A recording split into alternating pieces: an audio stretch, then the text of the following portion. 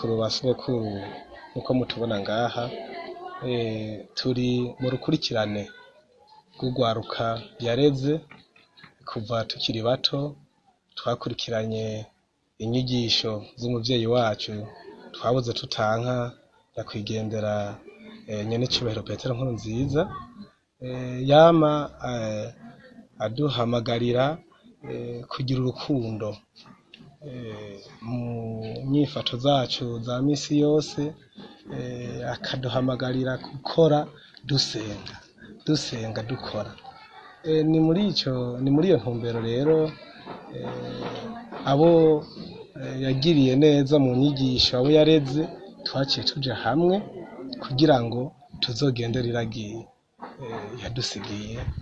Ari naco gituma n'uyu munsi mu gikorwa twakoze twavuze tuti iyo dushize inguvu hamwe nk'uko nyenicubahiro umukuru w'igihugu cacu c'Uburundi nawe abiduhamagarira, General Major Evariste Ndayishimiye aduhamagara yuko iyo abantu bagiye hamwe bagashira inguvu hamwe barashobora. Nico gituma ubona twebwe turi abuzukuru ba sogokuru tuvuga yuko dushoboye, kuko iyo tugiye hamwe ico twifuje gukora turagishikana. Twashaka tubamenyeshe yuko atari ubwa mbere tuje kubaraba, ariko kandi uyu munsi twashitse twishimye kuko twasanze ari abana basa neza, abana bafise amagara meza. Mbere umuvyeyi yatuyagiye aratubwira yuko hariho n'abana bamaze gukuza basubijwe mu miryango iwabo bashika 37. Turavye rero nabo twasanze ingene basa, ingene bameze, ingene bakina, ingene bakeye, ingene baririmba, biratuha icizere, katwereka ko n'ikindi gihe tuzosanga mbere hariho n'abandi basohotse bariko barafasha n'abandi. Nshimiye cyane ukuntu mwaba mutwiyumvirako na n'uyu munsi mukaba mwongeye mukatwiyumvirako. Imana yo mu ijuru by'ukuri ibahezagire gose, ibahe umugisha mwinshi, umugisha utagabanije.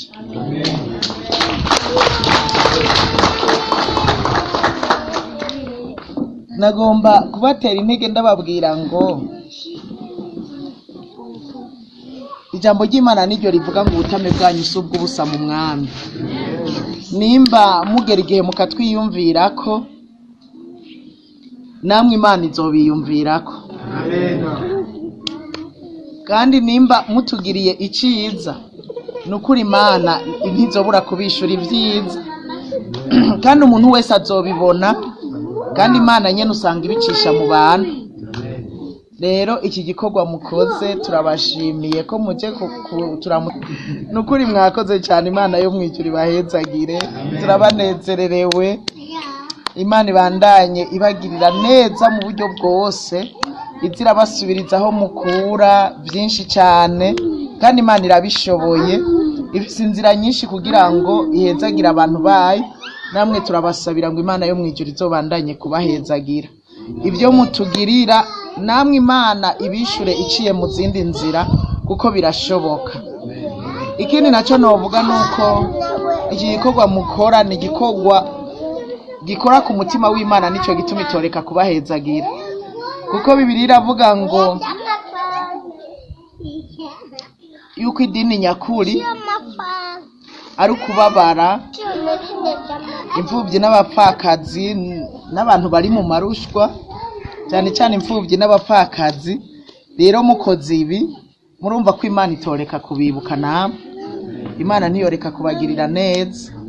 Rero turabakengurukiye cyane gose kubw'iki gikorwa. Imana yo mwijuru ishishikare kubagirira neza, kubarabagiza, ibahemba amagara meza, kugira mushobore kurangura imirimo musanzwe mujejwe, ibahembe igikundiro, ibahembe icubahiro.